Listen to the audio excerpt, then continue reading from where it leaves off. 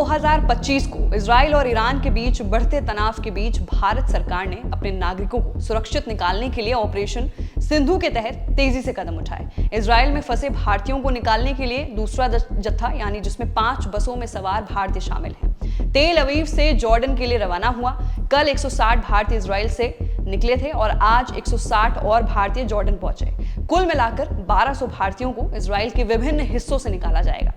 Israel का हवाई क्षेत्र बंद होने के कारण ये नागरिक सड़क मार्ग से जॉर्डन जा रहे हैं, जहां से विशेष उड़ानों के जरिए उन्हें भारत लाया जाएगा। भारतीयों ने इस निकासी पर राहत भी जताई है। इजराइल का हवाई क्षेत्र बंद होने के कारण हवाई मार्ग से निकासी संभव नहीं थी, इसलिए भारत सरकार ने सड़क मार्ग से ही भारतीयों को जॉर्डन और मिस्र के रास्ते निकालने की योजना बनाई।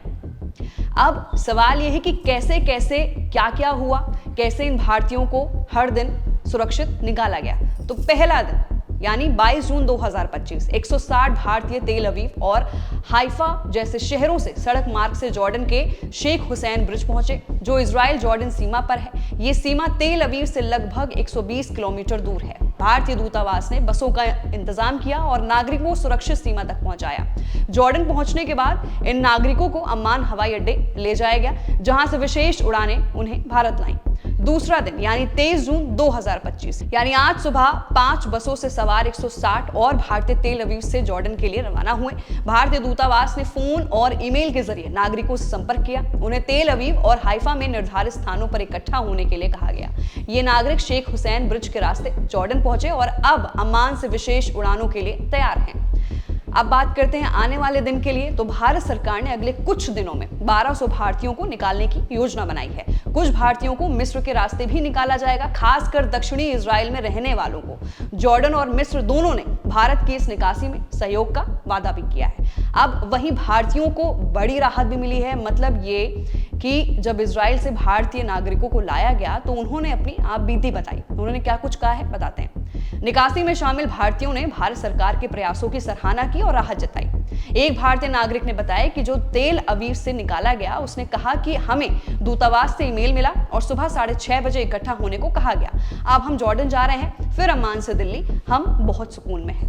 एक अन्य नागरिक ने कहा, सायरन की आवाजें और बंकरों में छिपना बहुत डरावना था। भारत सरकार का धन्यवाद जो हमें सुरक्षित निकाल रही है। कश्मीरी छात्रों सहित कई छात्रों ने यह भी बताया कि वो डर के माहौल में थे, लेकिन अब घर लौटने की खुशी भी है।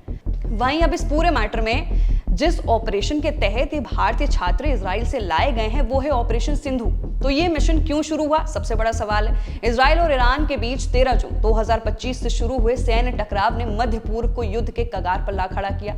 इजराइल ने ईरान के परमाणु ठिकानों पर हमले किए, जिसके जवाब में ईरान ने ड्रोन और मिसाइलों से इजराइल पर पलटवार किया। इस संघर्ष के कारण इजराइल, ईरान, इराक और जॉर्डन ने अपने हवाई क्षेत्र बंद कर दिए। तेल अवीव का बेन गुरियन हवाई अड्डा भी बंद है, जिसके चलते हजारों यात्री और विदेशी नागरिक फंस गए। इजराइल में 40,000 से अधिक भारतीय रहते हैं, जो देखभाल करने वाले यानी केयर गिवर, निर्माण मजदूर, छात्र और पेशेवर के रूप में काम करते हैं। लगातार सायरन की आवाजें, बंकरों में छिपने की मजबूरी और ड्रोन मिसाइल हमलों के डर से भारतीयों को चिंतित कर दिया गया। भारत सरकार ने तुरंत ऑपरेशन सिंधु शुरू किया, जो पहले ईरान से भारतीयों की निकासी के लिए शुरू हुआ था और अब इजराइल तक हो रहा है। तो फिलहाल के लिए ये ईरान और इजराइल का जो युद्ध चल रहा है, इससे भारतीय नागरिक जो जहां फंसा हुआ है उसे भारत सरकार निकालने में पूरी मदद और सहयोग कर रही है। पहले ईरान से भारतीय छात्रों को निकाला गया, अब इजराइल से भारतीयों को निकाला गया है। तो फिलहाल के लिए ईरान और इजराइल युद्ध को लेकर इतना ही। इस बड़े मुद्दे पर और भी अपडेट्स के साथ वापस आएंगे। मैं थी आपके साथ वंशिका सिंह और आप देख रहे हैं एबीपी लाइव वर्ल्ड।